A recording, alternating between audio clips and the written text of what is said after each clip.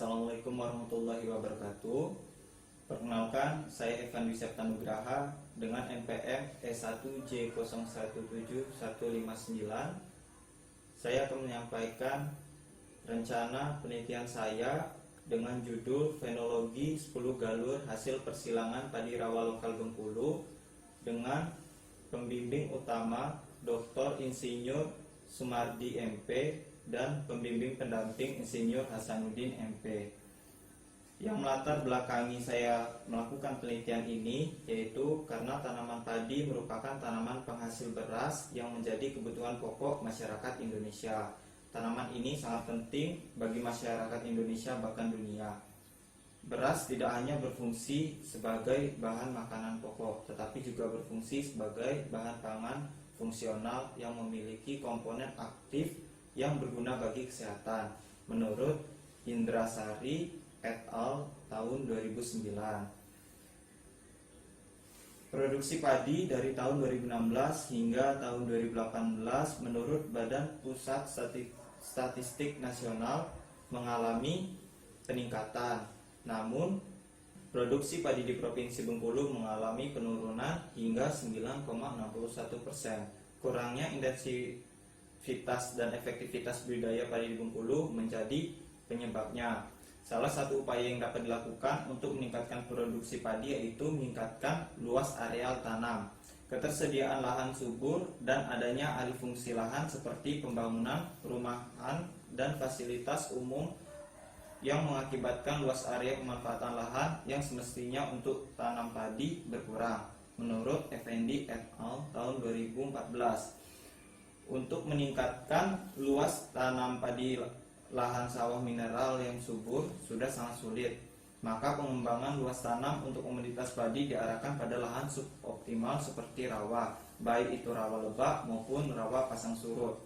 Kendala jumlah lahan rawa ini memiliki faktor pembatas untuk budidaya padi, antara lain itu air yang sulit diatur, unsur hara rendah, dan pH rendah.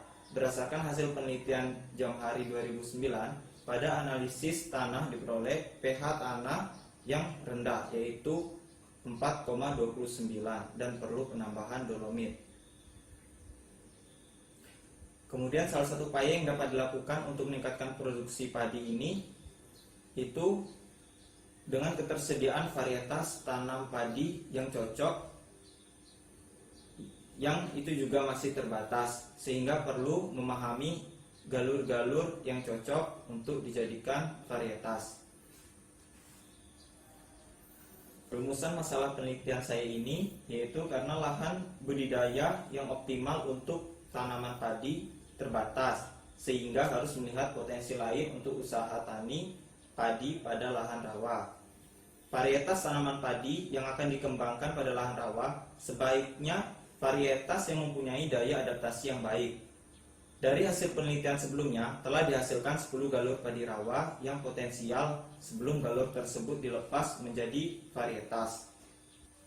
Sebelum galur tersebut dilepas menjadi varietas harus melalui tahapan antara lain identifikasi dan karakterisasi.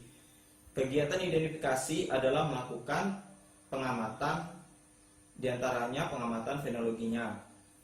Kemudian tujuan penelitian saya yaitu untuk mengamati fenologi pertumbuhan dan perkembangan secara agronomis dari 10 galur padi rawa yang diuji.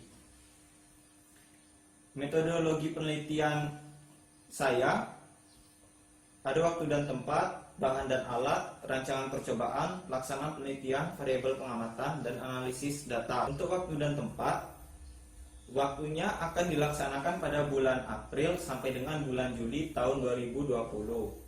Tempatnya berlokasi di lahan percobaan agronomi Fakultas Pertanian Universitas Bengkulu. Kemudian bahan dan alat yang akan digunakan.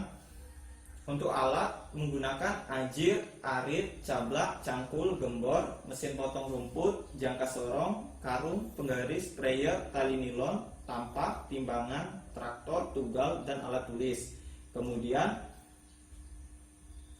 bahan yang akan digunakan yaitu benih 10 galur padi, hasil persilangan padi rawa lokal Bengkulu, yaitu BPR 1, UBPR 2, UBPR 3, UBPR 4, UBPR 6, UBPR 7, UBPR 8, UBPR 9, UBPR 10, dan UBPR 11, serta pembandingnya dua varietas, yaitu varietas Impara 4 dan varietas Impara 6.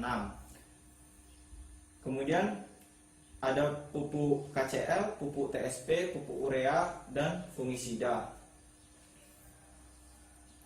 Lalu rancangan percobaan yang akan digunakan menggunakan rancangan acak kelompok lengkap atau RAKL dengan 3 ulangan serta 2 sampel percobaan menggunakan 10 galur padi rawa hasil persilangan dan 2 varietas pembanding. Yang akan digunakan yaitu media tanah rawa lebak dalam polybag yang berukuran 40 x 50 cm sehingga diperoleh populasi sebanyak 72 tanaman. Untuk pelaksanaan penelitian, yang pertama persiapan lahan, yaitu pembersihan lahan yang akan digunakan untuk penelitian, lalu menyiapkan benih dari 10 galur dan 2 varietas, lalu menyiapkan polybag dan mengisi media ke dalam polybag. Kemudian persiapan benih yang akan digunakan yaitu mempersiapkan benih yang diambil dari ruang pendingin, kemudian dijemur untuk mematahkan dormansinya, lalu direndam di dalam air selama 1 kali 24 jam hingga 2 kali 24 jam untuk mendapatkan benih yang bernas. Lalu ditiriskan, kemudian siap untuk disemai.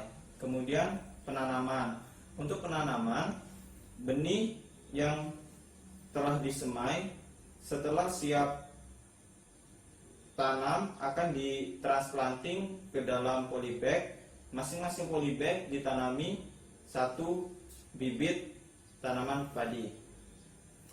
Lalu yang keempat, pemeliharaan. Untuk pemeliharaan itu menjaga lingkungan sekitar penelitian dan di sekitar polybag agar tidak ada gulma dan rumput-rumputan yang mengganggu perkembangan tanaman.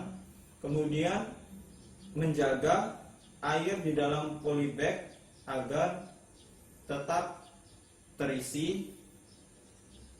Lalu yang kelima, penentuan sampel. Untuk sampel, semua tanaman yang ada di dalam polybag itu dijadikan sampel. Lalu untuk pemanenan, panen dilakukan setelah masak fisiologis pada saat isi 90% gabah sudah keras, malai dan warna daun bendera sudah menguning. Panen dilakukan dengan cara memotong tangkai malai. Lalu variabel pengamatan penelitian saya yaitu umur muncul anakan, yaitu dicatat dalam hari sejak bibit dipindah tanamkan. Pada fase pertumbuhan saat munculnya anakan pertama dan diamati setiap hari. Kemudian jumlah anakan berapa batang. Jumlah anakan ini pertanaman dihitung dari tanaman sampel pada saat sekitar 2 minggu setelah tanam hingga beberapa hari setelah tanam dan diamati setiap hari dengan menghitung jumlah anakan yang terbentuk pertanaman. Kemudian umur akhir menghasilkan anakan total didapat setelah tidak ada lagi munculnya anakan baru yang terbentuk dalam rumpun tanaman dan diamati setiap hari. Lalu jumlah anakan maksimum. Total dari jumlah anakan terbanyak pada galur yang diamati setelah tidak muncul anakan baru lagi dan pengamatan dilakukan setiap hari. Kemudian jumlah anakan yang mati, jumlah anakan sebelum menghasilkan malai atau bunting, anakan yang tidak dapat berproduksi. Itulah jumlah anakan yang mati. Kemudian umur tanaman saat muncul daun bendera. umur dicatat dalam hari sejak semai munculnya daun bendera. Lalu ada umur heading. Umur heading keluarnya malai, itu umur keluarnya malai ditandai dengan kemunculan ujung malai dari pelepah daun bendera. Lalu ada hari waktu heading, dihitung saat malai terus berkembang sampai keluar seutuhnya dari pelepah daun. Kemudian ada umur panen, itu menghitung benih mulai sebar dalam hari sejak semai sampai matang atau malai sudah matang. Lalu variabel yang terakhir itu hari terima panen, yaitu setelah fase pemasakan dengan tanda gabah matang penuh dan telah terisi. Kemudian padi dirontokkan dan mendapat bobot gabah. Lalu analisis data yang dikumpulkan dari variabel tadi dianalisis menggunakan uji F dan dilanjutkan dengan uji lanjut DMRT serta disajikan dalam bentuk gambar dan grafik. Baik, itu penyampaian rencana penelitian yang akan saya laksanakan. Saya mohon maaf apabila banyak kesalahan dan kekurangan dari penyampaian, dan kepada Allah saya mohon ampun. Terima kasih telah menyaksikan. Billahi taufik wal hidayah. Wassalamualaikum warahmatullahi wabarakatuh.